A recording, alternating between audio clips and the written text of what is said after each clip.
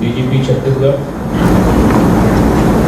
PS to CM Shri Subodh Singh ji, IG CRPF, IG Bastar range, यहाँ उपस्थित media एवं प्रिंट बंधुओं,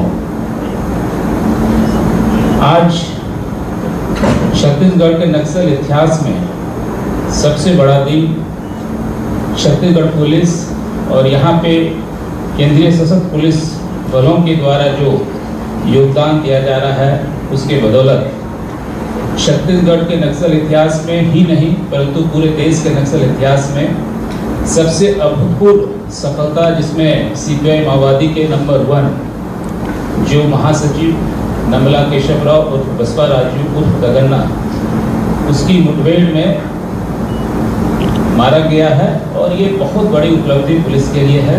जैसा कि आपको मालूम है, अबुझमाड़ छत्तीसगढ़ के जिला नारायणपुर, जिला बीजापुर, दंतेवाड़ा, कांकेर और इवन गढ़चिरौली जो महाराष्ट्र का, उसके जो सीमावर्ती क्षेत्र हैं करीबन 5000 वर्ग किलोमीटर में फैला हुआ है। सांस्कृतिक विरासत के लिए, घने वन क्षेत्र के लिए और विभिन्न जनजातीय समुदायों के लिए जाना जाता है। लंबे समय से नक्सल चुनौतियों से जूझ रहा है। नक्सलवाद ने बस्तर क्षेत्र में वहाँ के नागरिकों और विशेषकर जो हमारे जनजातीय समाज के लोग हैं उनको भय, हिंसा और असुरक्षा के माहौल में जीने के लिए विवश किया है और उन्हें स्वास्थ्य, शिक्षा जैसे मूलभूत सुविधाओं से भी वंचित इस नक्सलवाद ने कर दिया है। हम लोग हमारे देश के यशस्वी प्रधानमंत्री श्री नरेंद्र मोदी जी और हमारे देश के यशस्वी गृह मंत्री श्री अमित शाह जी के मार्गदर्शन में करीब 1.5 साल में जब से सरकार में आए हैं तब से बस्तर क्षेत्र में माओवाद को समाप्त करने के लिए लगे हुए हैं और हमारे केंद्रीय और छत्तीसगढ़ पुलिस के जवानों के बदौलत असाधारण सफलता भी हासिल हो रही है और लगातार ऑपरेशन हो रहे हैं, आप सब लोगों को मालूम है, और उसमें हम लोगों को सफलता भी मिल रही है।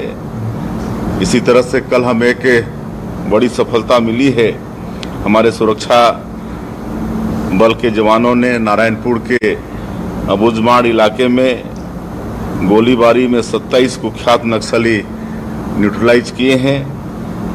इसमें 2 हमारे जवान भी शहीद हुए हैं, उनको नमन करते हैं। नक्सल आंदोलन की रीढ़ कहा जाने वाला माओवादी का महासचिव और पोलित ब्यूरो का सदस्य बसवा राजू उर्फ गगन्ना इस कार्यवाही में ढेर किया गया है। इसकी गिनती माओवादियों में नंबर 1 के रूप में होती थी। ये बसवा राजू उर्फ गगन्ना 3.25 करोड़ रुपए का इनामी था।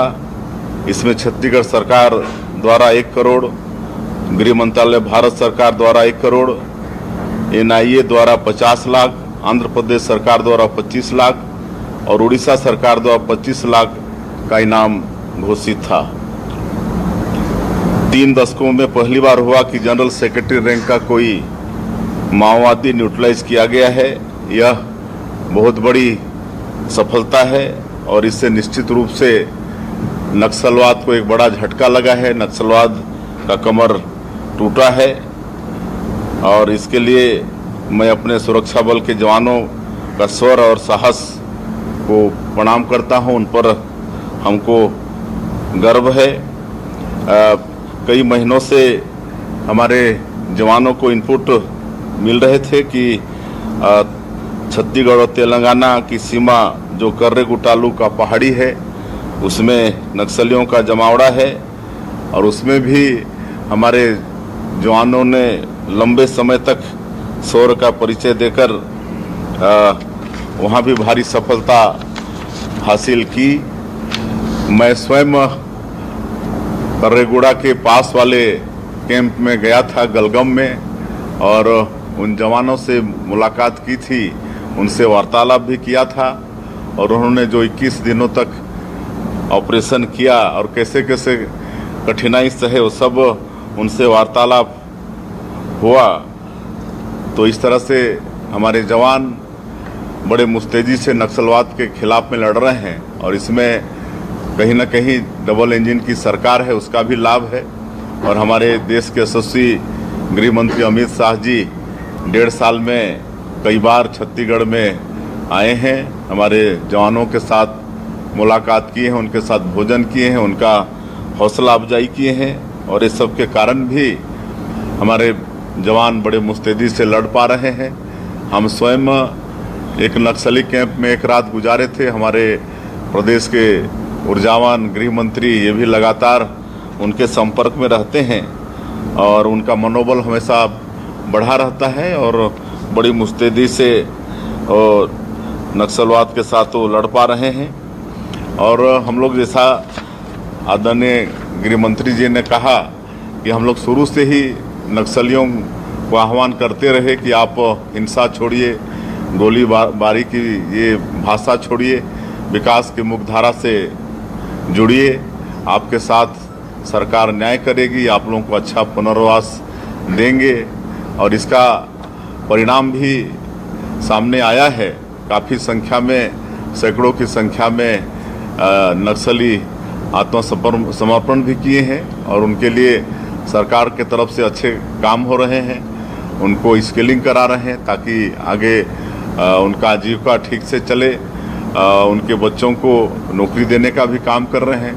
कोई इनामी नक्सली अगर सरेंडर करता है तो उसको शहरी क्षेत्र में 4 डिसमिल और ग्रामीण क्षेत्र में 1 हेक्टर कृषि जमीन देने का भी हमारे पुनर्वास नीति में व्यवस्था है।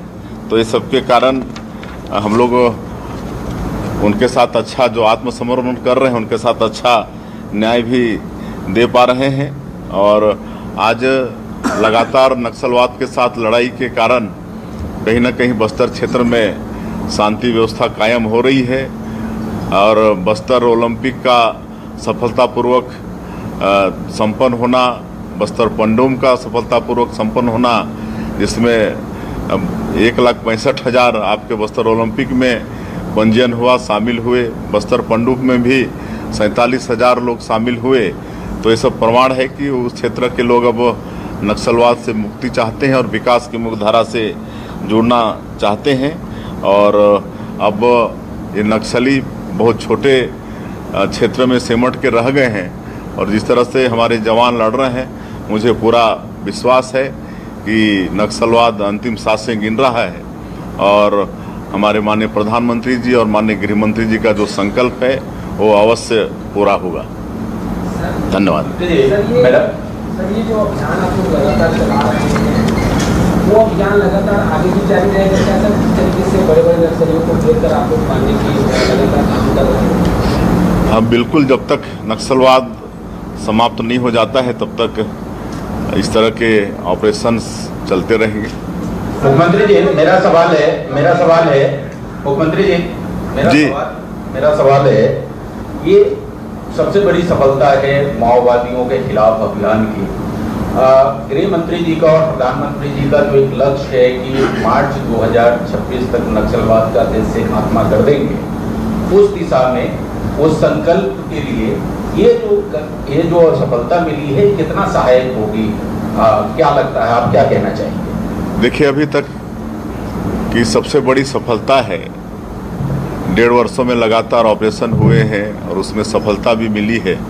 लेकिन जो कल सफलता मिली है इसमें जो माओवाद का, जिसको सबसे हेड कह सकते हैं, पुलिस ब्यूरो का सदस्य है, महासचिव है बसवा राजूर को गगन्ना, वो न्यूट्रलाइज होना एक बहुत बड़ा झटका नक्सलवाद को है।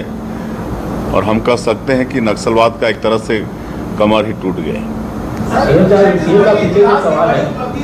जाएगा डीआरजी के जवानों ने जिस तरीके से पूरे ऑपरेशन में आगे भूमिका निभाई, तो जवान ने हमारे शरीर में क्या माना जाए, उनको इसका अलग से रिवॉर्ड किया जाएगा? क्योंकि जो इनाम रखा जाता है उनको मिलेगा, इसके अलावा उन डीआरजी जवानों को दिया जाता है। बिल्कुल उस पर विचार करेंगे।